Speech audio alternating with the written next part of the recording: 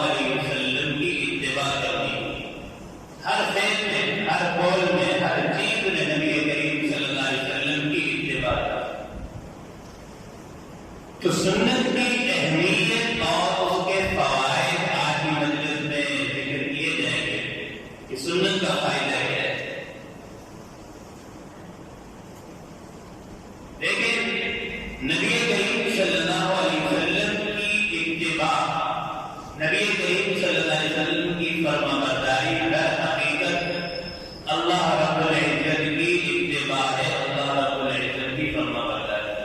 گویا کہ آپ صلی اللہ علیہ وسلم کی اتباع کر رہے ہیں، گویا کہ آپ نے اللہ کی اتباع کی۔ قرآن مجید فرمانے حبیب میں اللہ رب العزت ارشاد فرماتے ہیں من یطع الرسول فقد اطاع اللہ، جس نے رسول کی اطاعت کی، رسول کی بات کو مانا، فقد اطاع اللہ، گویا کہ اس نے اللہ رب العزت کی اطاعت کی۔ تو رسول کریم صلی اللہ علیہ وسلم کی اطاعت و فرما برداری در حقیقت اللہ رب العزت کی فرما برداری۔ اور سنت کا ایک فائدہ یہ ہوتا ہے، سنت پر عمل کرنے کا، جو آدمی یہ چاہتا ہو کہ اللہ رب العزت مجھ سے محبت کرے،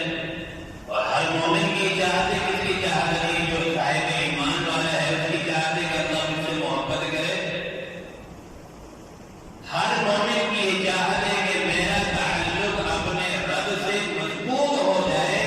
تو سب سے مضبوط جو رشتہ ہے وہ سنت کا ہے۔ جتنا سنت کے قریب ہوں گے رب سے تعلق اتنا مضبوط ہوگا۔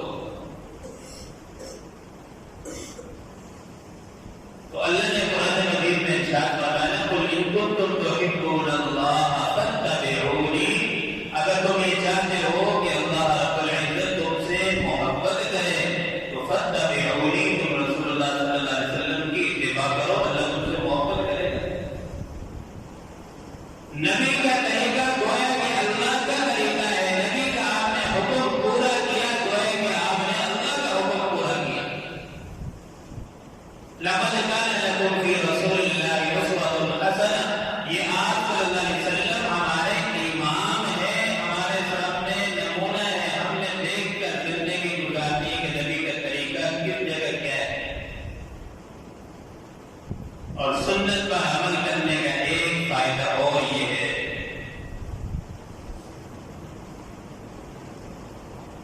کہ جو آدمی سنت پر عمل کرتا ہے، سنت کے مطابق زندگی گزارتا ہے، سنت کی برکت سے اللہ رب العزت اس کے گناہوں کو بھی معاف فرماتا ہے۔ قل ان کنتم تحبون اللہ فاتبعونی یحببکم اللہ ویغفر لکم ذنوبکم، جب سنت پر تم عمل کرو گے تو پھر اللہ تعالیٰ تمہارے گناہوں کو بھی معاف فرمائے۔ ہم یہ چاہتے ہیں، ہر بندے کی چاہت ہے کہ اللہ ہمارے گناہوں کو معاف فرمائے، تو اسے چاہیے کہ وہ سنت پر عمل کرے۔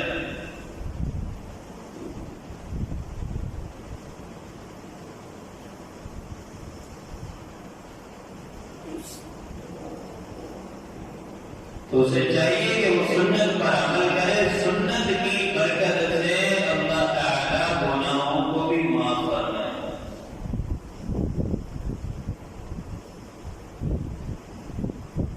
سنت کا چوتھا فائدہ یہ ہے،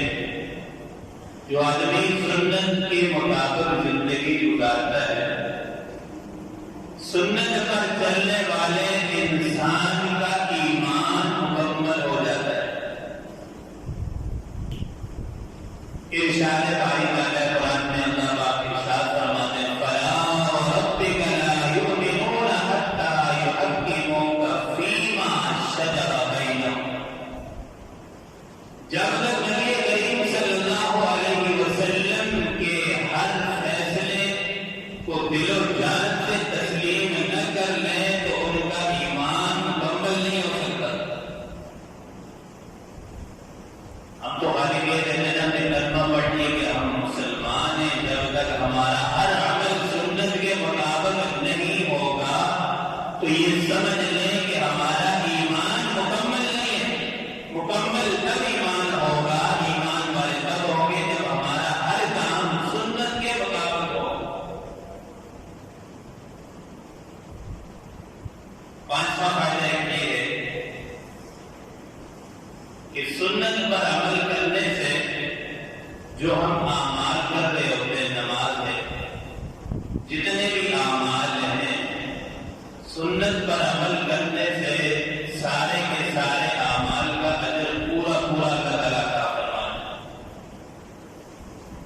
کیونکہ حدیث مبارکہ میں آتا ہے نا جب آدمی نماز پڑھتا ہے بہت سارے خوش نصیب نمازی ایسے ہوتے ہیں یہاں نماز پڑھی ان کی نماز کے اندر اتنا احساس ہوتا ہے اتنا اخلاص ہوتا ہے نماز پڑھتے ہی ان کی نماز یوں عرش کے اوپر جاتی ہے اور اللہ رب العزت ان کا اخلاص دیکھ کر تقویٰ دیکھ کر طہارت اور سنت دیکھ کر پورا کا پورا اجر اللہ تعالیٰ عطا فرماتا ہے. اور کچھ نمازی ایسے ہیں کہ نمازیں آسمانوں کی طرف جاتی ہے عرش کی طرف جاتی ہیں بعض کو اللہ تعالیٰ 10واں حصہ بعض کو 8واں بعض کو 9واں یہ 30 کے الفاظ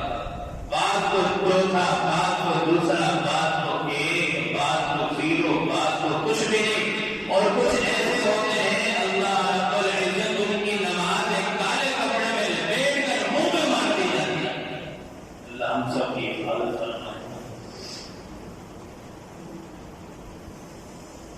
تو بعض لوگوں کی جو نماز قبول ہوتی ہے وہ مکمل اتباع سنت میں ہوتے ہیں. حضور کی سنت کے مطابق نماز میں کھڑے ہوئے تو سنت کے مطابق کھڑے ہوئے نماز میں کھڑے ہوئے تو ہر جگہ سنت کا خیال کیا. اب بہت دفعہ ایسے ہوتے ہیں مسجد میں آ رہے ہیں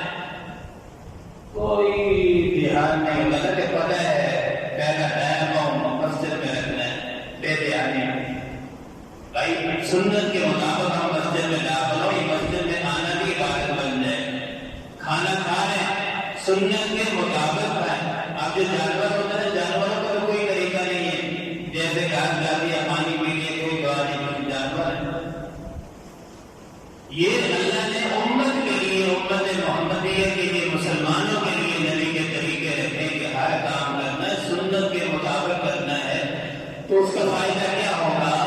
کہ تمہیں جو اعمال کرو گے اس کا اجر پورا پورا ملے گا کمی بیشی نہیں ہوگی. قرآن پاک میں اللہ رب العزت کا ارشاد ہے وَإِن تُطِيعُوا اللَّهَ وَرَسُولَهُ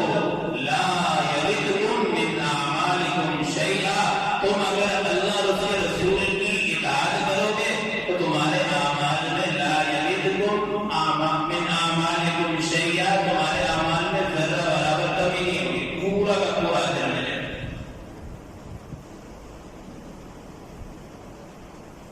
ایک آسان سی مثال جو ہم سمجھتے ہیں دیکھیں ایک آدمی کے پاس 5,000 کا نوٹ ہو لیکن اس نوٹ پر پاکستان کی بنتی مور نہ لگی ہو کیا وہ نوٹ مارکیٹ میں چلے گا؟ کبھی بھی نہیں چلے گا بلکہ الٹا اس آدمی کو پکڑا جائے گا کہ یہ مجرم ہے جعلی نوٹ چلا رہا ہے اس کو گرفتار کیا. اب بتاؤ جس نوٹ پر پاکستان جیسے ملک کی مور نہ لگی ہو مارکیٹ میں قابل قبول نہیں ہے تو بتاؤ اللہ کے دربار میں جس عمل پر سنت کی مہر نہ ہو وہ کیسے قبول ہو. تو ہر عمل پر سنت کی مہر لگے گی تو وہ عمل قابل قبول ہوگا وہ عمل مردود ہو ہی نہیں سکتا. شیخ الاسلام مولانا مفتی تقی عثمانی صاحب کا برکاتہ عالیہ فرماتے کہ دیکھیں دین جو ہے یہ شوق پورا کرنے کا نام نہیں دین اتباع نبی کا نام بس نبی کی اتباع کرنی ہے شوق پورا کرنے کا نام نہیں ہے.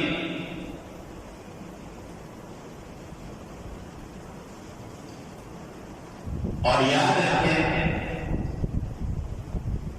جو بھی ہم عمل لیں گے ہر عمل کا ثبوت ہم سب سے پہلے قرآن سے لیں گے. قرآن میں دیکھیں گے کہ اس کا ثبوت ہے قرآن میں نہیں ہے جو ہم عمل کر رہے ہیں قرآن میں نہیں ملے گا حدیث میں دیکھیں گے حدیث میں نہیں ہے تو اجماع صحابہ میں دیکھیں گے اگر اس سے نہیں ملے گا تو پھر جو ہے وہ سب عمل کو ہم نہیں لیں. یہ 4 چیزیں ہیں. کل قیامت کا دن ہوگا ایک بڑی طویل روایت ہے حدیث مبارکہ میں آتا ہے پیارے آقا صلی اللہ علیہ وسلم حوض کوثر پر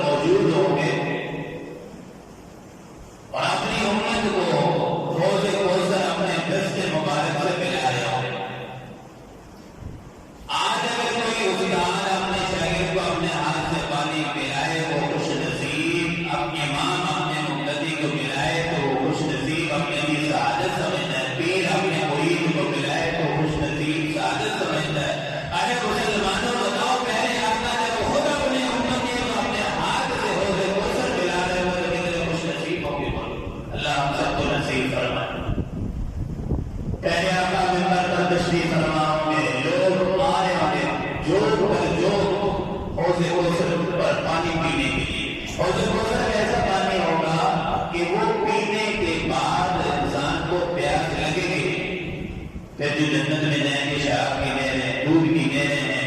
جو چیز چاہو گے سامنے تیار ہو کے آ جائے گی، کوئی کسی جگہ کوئی درد نہیں، بیماری نہیں، بڑھاپا نہیں، مزے کرو ہمیشہ کے لیے۔ جنت وہ جگہ ہے جہاں کوئی غم نہیں، کوئی تقاضات نہیں، لا يسمعون فيها لغوا ولا كذابا، نہ کوئی فضول بات سنو گے، نہ کوئی جھوٹی کی بات سنو، کچھ بھی نہیں، سارے خوش ہوں۔ دنیا میں جو ہے نا سب کچھ ہوتے ہوئے کبھی کہیں سے آواز آ جاتی ہے، کہیں سے بیماری بڑھ پڑتی ہے، کوئی نہ کوئی پریشانی ٹپکی پڑتی ہے۔ جنت میں یہ سما ہوگا کہ وہاں کوئی پریشانی نہیں ہوگی، ساری خوشیاں ہوں گی۔ تو جب ہوتے کوثر پینے کے بعد جو جنت میں شراب، دودھ، شہد کی نہریں، اس سے پیئیں گے، یہ کس لیے پیئیں گے؟ یہ لذت کے لیے پیئیں گے۔ اس کو آسان کی سمجھے، آپ کو پیاس نہ بھی لگی ہو، کوئی آدمی آپ کے لیے شربت تیار کر کے لے آئے، لیکن پیاس نہ ہو، لذت کے لیے مل جانے پی لیتے چلو یار اچھا شربت ہے، تو ہو جب پینے کے بعد جنتی لذت کے لیے سب کچھ پیئیں گے، پیاس کے لیے نہیں پیئیں۔ تو بہت سارے لوگ آ رہے ہوں گے، جوک پر جوک آ رہے ہوں گے، حضور صلی اللہ علیہ وسلم کھڑے ہوں گے اور پیچھے دیکھیں گے فرشتوں کو دھکے دے کے پیچھے ہٹا رہے ہیں، پیچھے ہٹ جاؤ، پیچھے ہٹ جاؤ، دور ہو جاؤ۔ حضور دیکھیں گے کہ میری امتی کو دھکے دے کے پیچھے کیا جا رہا ہے، حضور فرمائیں گے فرشتوں کو آنے دو، یہ تو میری امت ہے۔ فرشتے نے حضور صلی اللہ علیہ وسلم فرمائیں گے یا رسول اللہ یہ وہ لوگ ہیں جو دنیا سے آپ کے جانے کے بعد ما احدثوا بعدک، انہوں نے دین میں نئی نئی باتیں پیدا کرنے کی، وہ لوگ ہیں۔ پھر حضور فرمائیں گے اچھا فاقول صحبا صحبا لمن تغیر بعدی، پھر ان کو دور کر دو، دور کر دو، کوئی ضرورت نہیں میرے قریب آنے کی، ان میں میرے جانے کے بعد دین میں نئی نئی باتیں پیدا کرنی۔ بہت ساری جگہ جو ہم کرتے ہیں کہ کوئی بات نہیں، اس عمل کو کر لیتے ہیں،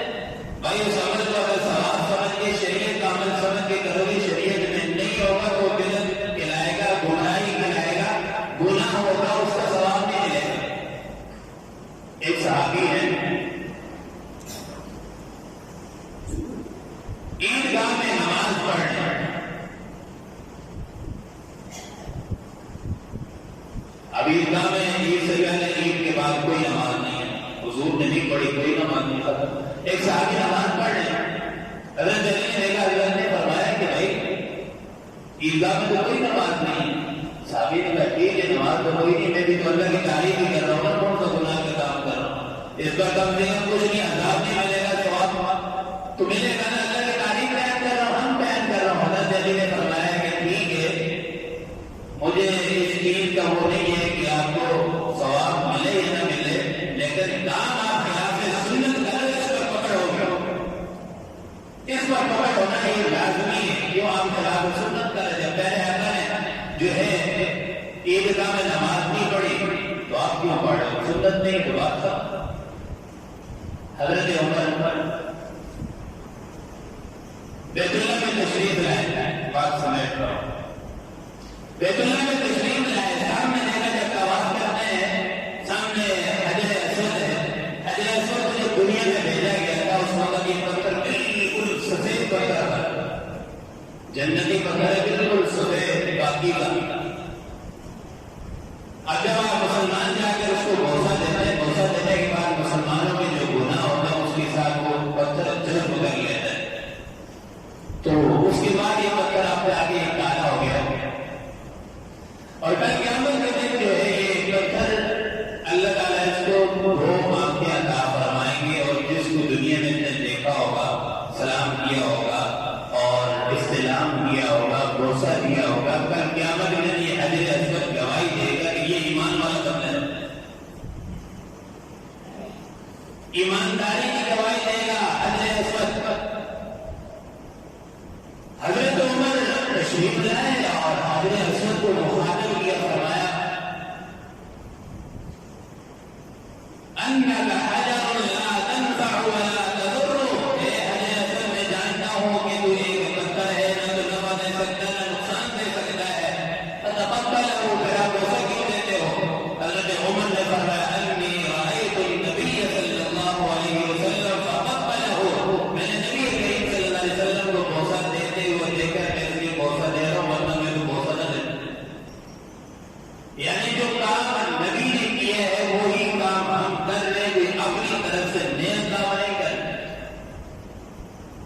ایک صحابی کے انگلی میں نبی کریم صلی اللہ علیہ وسلم نے انگوٹھی دیکھی، سونے کی انگوٹھی۔ اب سونا مردوں کے لیے پہننا حرام ہے، عورتوں کے لیے جائز ہے، مردوں کے لیے سونا بالکل حرام ہے۔ صحابی کو ملی انگوٹھی نبی کریم صلی اللہ علیہ وسلم نے دیکھی، آپ صلی اللہ علیہ وسلم نے اس کی صحابی کی انگوٹھی نکال کر پھینک دی، فرمایا کہ مردوں کے لیے سونا حرام ہے، یہ عورتوں کے لیے جائز ہے۔ اب نبی کریم صلی اللہ علیہ وسلم تشریف لے کے صحابی بیٹھے، دوسرے صحابی نے کہا کہ اب انگوٹھی کو آپ اٹھا لیں، حضور تو چلے گئے۔ صحابی نے بڑا ایمان افروز جواب دیا، صحابہ کے ایمان کا معیار تو کیا بات ہے۔ صحابی نے فرمایا واللہ خدا کی قسم یہ ایک انگوٹھی ہے، کروڑوں کی انگوٹھی ہوتی جس سے نبی کریم صلی اللہ علیہ وسلم نے جس چیز کو پسند نہیں کیا، میں اس کو دیکھنا بھی پسند نہیں کرتا، اٹھانا تو دور کی بات، سونے کی انگوٹھی کو ہاتھ میں پھینک دی۔ ایک اور صحابی ہے، مسجد نبوی ہے، کچھ صحابہ سے بیٹھے، کچھ ادھر بیٹھے، کچھ باہر ہے، کچھ پھیلا ہوا مجمع، حضور ممبر کا تشریف فرما ہے، بیان ہو رہا ہے، حضور نے آواز لگا دی، کوئی صحابی وہاں کھڑا بھی، جو جہاں کھڑا تھا وہیں بیٹھ گیا۔ عبداللہ بن مسعود دروازے کے درمیان میں بیٹھے ہیں، ایک پاؤں اندر ایک باہر، اللہ ہمیں بھی ایسی اطاعت نصیب فرما، ایک پاؤں اندر ایک باہر، وہیں بیٹھ گئے۔ حضور نے فرمایا تعال یا عبد اللہ، آگے آ جاؤ۔ حضور نے فرمایا کہ آپ آگے کیوں نہیں ہیں، وہیں بیٹھ گئے۔